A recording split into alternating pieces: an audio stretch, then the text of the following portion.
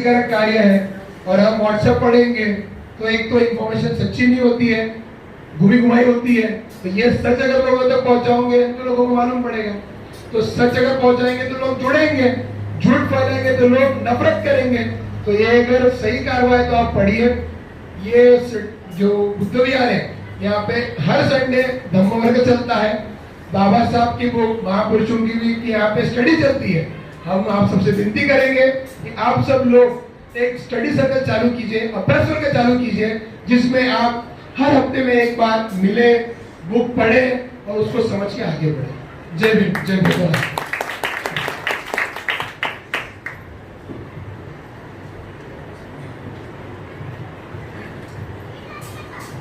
यहाँ पे सम्मानित साथियों, भाइयों और बहनों, हाँ एक चीज मैं बताना चाहता हूँ कि कोई भी आप जयंती मनाते हैं तो आप बोलने का काम बाद में। हाँ अरे बोलने दीजिए। नहीं सर प्लीज, ऐसे सब सुनाएंगे। प्लीज प्लीज प्लीज खाली पढ़ना, प्लीज खाली पढ़ना है। कौन सा नंबर है? प्लीज खाली पढ़ना, सुनाना नहीं। प्लीज प्लीज कोई सुनाए। नो नमस्कार, नो पढ़ना। और भारत में स्त्री और अछूतों के लिए सर्वप्रथम यही मैंने कहना चाह रहा, पहले स्कूल खोलें, शिक्षा ग्रहण करें। महात्मा बोले ही थे जो इसके लिए उन्होंने बस वही पढ़ना, कीमत चुकानी पड़ी। खाली वही पढ़ना है, कुछ अपने तरफ से बोलना नहीं है। नमो बुद्धाय, जय भीम, कुछ नहीं चाहिए जी। जात्याभिमानी तथाकथित उच्च जातियों को तो उनके इस युगांतकारी क्रियात्मक कार्यक्रम पर नाक भौं चढ़ानी ही थी, परंतु खुद उनके पिता ने उन्हें और उनकी पत्नी को यह कहकर घर से निकाल दिया था कि तुम धर्मभ्रष्ट हो गए हो, क्योंकि तुम अछूतों से मिलते हो और उनसे किसी प्रकार का परहेज नहीं करते हो। यह अलग बात है कि ये पिता से अलग होकर भी अपने मिशन में अनवरत जुटे रहे। Thank you. अरे यहाँ नहीं लगेगा। यहाँ यह बात विशेष तौर पर ध्यान देने योग्य है कि जातिवाद के कीटाणु कोई नमस्कार नहीं, कोई प्रणाम नहीं, कोई नमो बुद्धाय नहीं। उच्च जातियों को तो अपना शिकार बनाते ही हैं, तथाकथित निम्न जातियों को भी नहीं छोड़ते।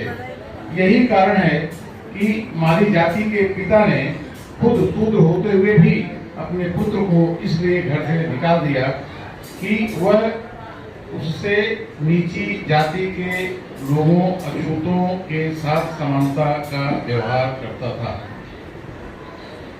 ताली बजाइए। जातिवाद का दैत्य बहुत बली और बहुरूपिया है। यह अनेक रूपों से सिर उठाता है और समाज का सत्यानाश करने में कुछ उठा नहीं रखता।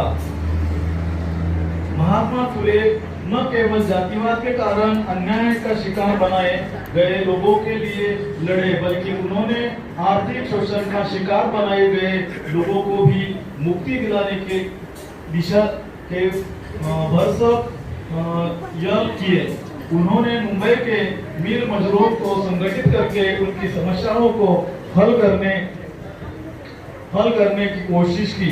इसी प्रकार उन्होंने साहूकारों और जमींदारों के विरुद्ध भी विद्रोह का बिगुल बजाया।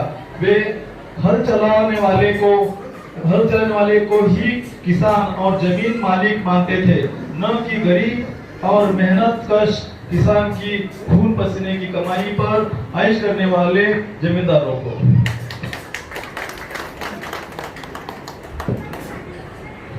फुले जी के कार्य की महानता से प्रभावित होकर कोल्हापुर के नरेश साहू महाराज ने उन्हें महाराष्ट्र के मार्टिन लूथर कहा था।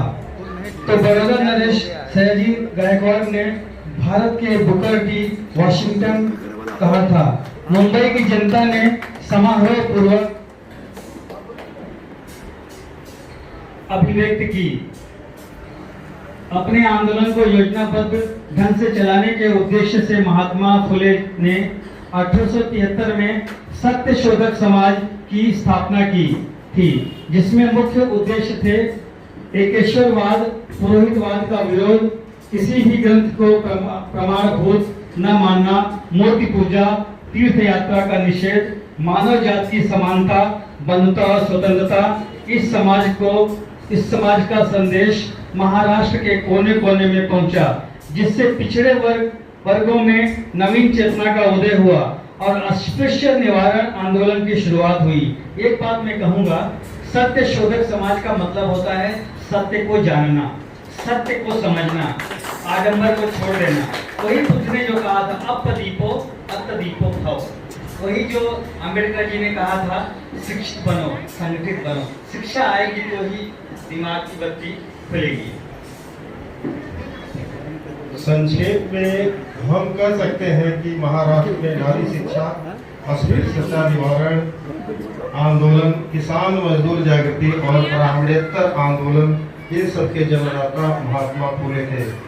इसलिए दलितों के मुक्तिदाता भारत रत्न बाबा साहब अम्बेडकर ने अपनी पुस्तक the Veda the Shudras Mahatma Phule को समर्पित करके उनके प्रति सम्मान व्यक्त किया था। महात्मा फुले और उनके सत्य शोधक समाज का विभिन्न लोगों ने मूल्यांकन किया है। एक आलोचक का कहना है कि फुले जी ने उच्च वर्गों की प्रधानता पर तो आक्रमण किया, परंतु उन्हें यह ज्ञान नहीं था कि जनता के दुखों कष्टों का मूल कारण विदेशी व्यापारियों और नौ साम्राज्यवादी शासन द्वारा किया जाने वाला निर्दयतापूर्ण शोषण है।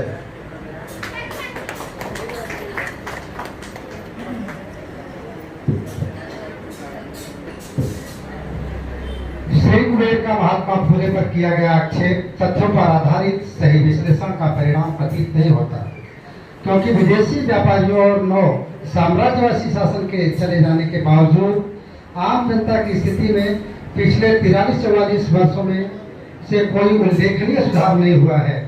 अतः स्पष्ट है कि जनता के दुखों कष्टों का श्री कुबेर द्वारा बताया गया मूल कारण, जिसकी अज्ञानता के लिए उन्होंने महात्मा फुले को कोसा है, असली कारण नहीं है। इस प्रकार के एकांगी और दोषपूर्ण मापदंडों से महात्मा फुले की महानता मापने का प्रयास अनाधिकार चेष्टा ही कहा जाएगा।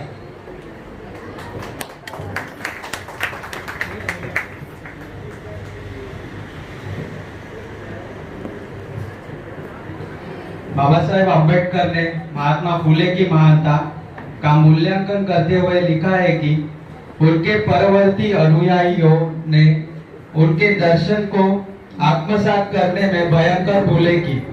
उन्होंने लिखा है, ब्राह्मणेतरों ने ज्योतिराव फुले की स्मृति को पूरी तरह मिटा दिया है।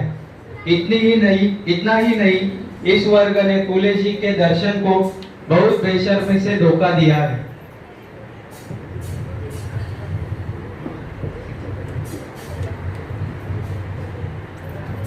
उन्होंने अन्यत्र कहा कि ब्राह्मणेतरों का आंदोलन चलाने का महात्मा फुले का वास्तविक उद्देश्य था सब ब्राह्मणेतरों को एक समान धरातल पर खड़े करना, परंतु इन परवर्ती ब्राह्मणेतरों पर दृष्टिकोण यदि एक हो सब ब्राह्मणों से घृणा करना बन गया, तो दूसरी ओर अछूतों से उसी तरह परहेज करना जैसे तथाकथित स्वर्ण जातियां किया ही करती थी है।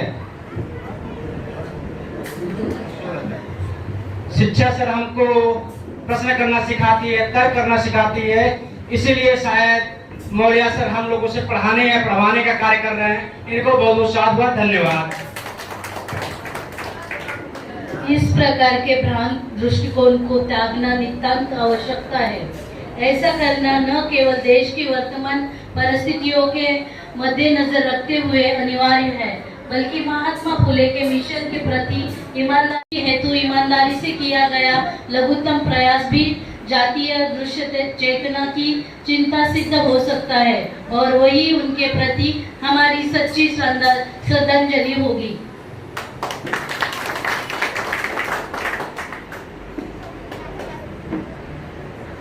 महात्मा फुले को मैं अपना गुरु मानता हूँ, डॉक्टर बाबा साहेब अम्बेडकर। ज्योतिराव फुले सच्चे महात्मा थे। महात्मा गांधी, भारतीय लोकतंत्र में किसानों और मजदूरों की जैसी जैसी उन्नति होगी, वैसे वैसे इतिहास में महात्मा फुले का व्यक्तित्व अधिकाधिक उभर कर सामने आएगा। पंडित जवाहरलाल नेहरू। महात्मा ज्योतिराव फुले 19वीं सदी के उत्तम व्यक्तित्व थे जिन्होंने विशिष्ट ध्येय के लिए अपना जीवन समर्पित किया। वे सामाजिक क्रांति के अग्रदूत है। शरद पवार। महात्मा फुले भारत की बुनियादी क्रांति से पहले महापुरुष थे, इसीलिए वे आद्य महात्मा बुद्ध, महावीर, मार्टिन ल्यूथर, नानक आदि के उत्तराधिकारी थे। उनका यह समर्पित जीवन आज युग का प्रेरणा स्रोत बना है। विश्वनाथ प्रताप सिंह।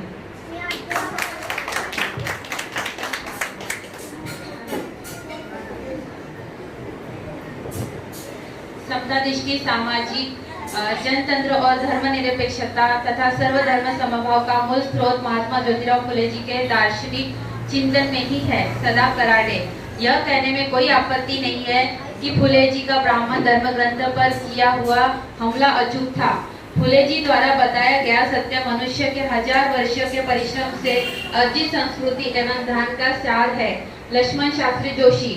समग्र मानवता के आराधक को, दुख पीड़ित जनता के सेवक को ही महात्मा कहा जाता है और ऐसा महात्मा निश्चय ही ज्योतिराव फुले में समाविष्ट था। डॉक्टर ब्रजलाल वर्मा।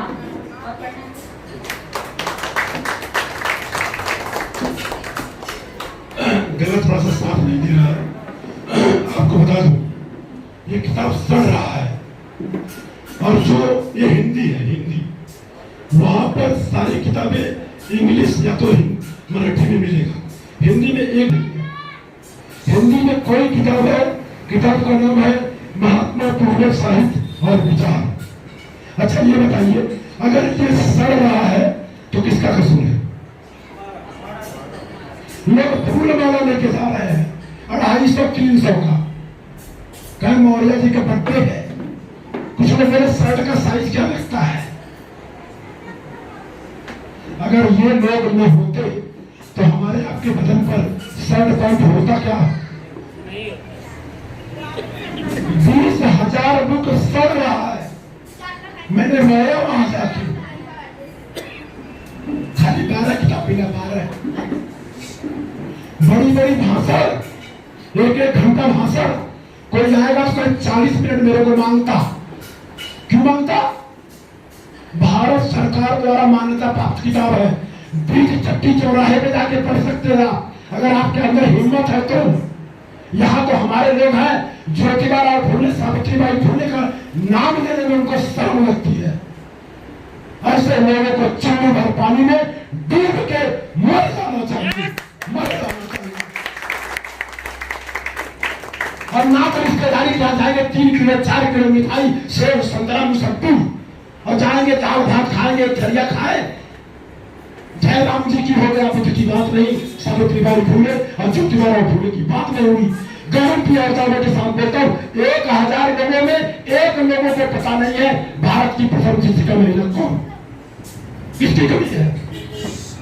कुछ लोग कहेंगे कैसा रहता है ना, मेरे को खाली 20 मिनट बोलने देना सारे बस, और आए बोले निकले। दुख है हमें इस बात का, इसलिए मैंने पढ़ाया।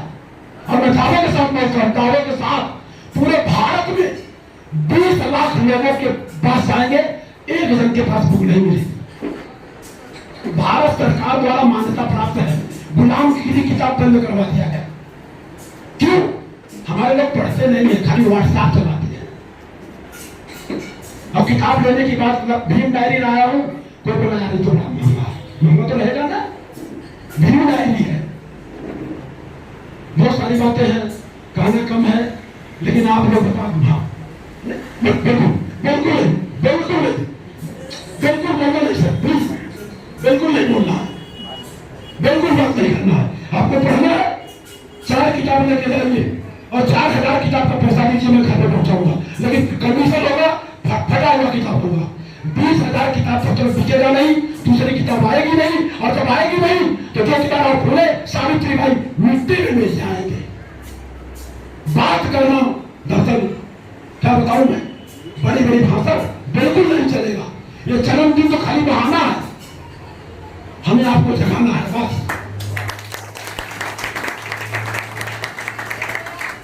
अभी लड़ाई में रहता हूं, ये बड़े मौर्य तो हिंदू है मुसलमान, हम क्या आज तक मैं समझी नहीं पाया मैं हिंदू मुसलमान।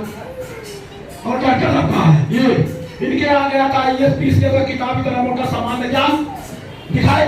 उस समय दुनिया का हर धर्म है, सारा हिंदू धर्म ये नहीं है। दुनिया का हर धर्म हिंदू धर्म ये नहीं है। तो हमने कहा हम कौन से धर्म में? अभी रजिस्टर फाइल मंगवाया गाँव का, परिवार का रजिस्टर फाइल, उसमें मैं हिंदू, मेरा बाप हिंदू, उनके बाप का बाप भी हिंदू, और हिंदू धर्म ये नहीं उसमें। रात को 12 बजे फोन किया, जिसने लिखा था बिहार का एक आदमी, बिहार का लिखा था, और कम से कम लिखने में उसको 5 साल लगा। हमने कहा आपका किताब में 5000 भिजवाऊंगा, मेरे को क्या मिलेगा? कैसा धन्यवाद के बाद मेरे को राय की मिलेगी। मैं कहा मेरे को क्या मिलेगा? सर वो तो मुझे मालूम नहीं, लेकिन मैं आपको 1-2 किताब फ्री में भेज दूंगा। बोले धन्यवाद। तो हमने कहा सर इसमें आपने सब कुछ लिखा, लेकिन सर हिंदू धर्म नहीं है। तो बोला हिंदू धर्म ही नहीं तो कैसे हिंदू धर्म लिखूं मैं? है ही नहीं किताब है मेरे पास, फिर फाइल दे दूंगा लोगों को। तो मैं बोला ये बता तू हिंदू है मुसलमान? कह रहे मैं हिंदू हूँ। चलो लिखने वाला आदमी बोलता हिंदू धर्म है नहीं, और बोलता मैं हिंदू हूँ। गुस्सा लगा मेरे बाद में फोन किया, कैसा गुस्सा गए, ये तो मोदी जी भी कहते हैं हिंदू धर्म नहीं है, सुप्रीम कोर्ट भी कह रहा है, मोहन भागवत भी बोल रहे हैं, तो भी हिंदू हिंदू हिंदू। मैं मैदान में खेलता हूँ, लोग कहते बोल रहे जय श्री राम बोलो। हमने कहा जय भीम छोटा है क्या? दोनों में लड़ाई करवा लो, जो जीतेगा वो मैं बोलूंगा। बोलता मौर्य तू हिंदू नहीं हूँ। मैं डाल दिया यहाँ के ग्रुप में, यार देख मेरा सर्टिफिकेट आया, इसमें मैं हिंदू हूँ, सर्टिफिकेट है मेरे पास, लेकिन हिंदू धर्म नहीं है। तो धर्म के कॉलम में मैं क्या लिखूं? तो जो उसका एडमिन था वो फटाक से उसको डिलीट कर दिया। बोला सारा जो लफड़ा कर देगा। एक आदमी फोन करता, बोलता मौर्य तू लफड़ा मत कर, तेरे को मांगता तो तू कॉलम में कुछ मत लिख। बोला इससे कैसे चलेगा सब कुछ मत लिख? तो स्वामी प्रसाद मौर्य जी भी लड़ाई बढ़िया लड़ रहे हैं। एक बार जोरदार ताली देते हैं।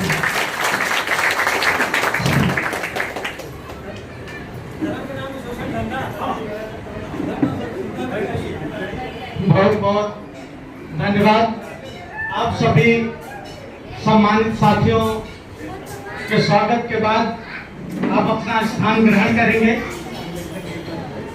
और उसके बाद कार्यक्रम को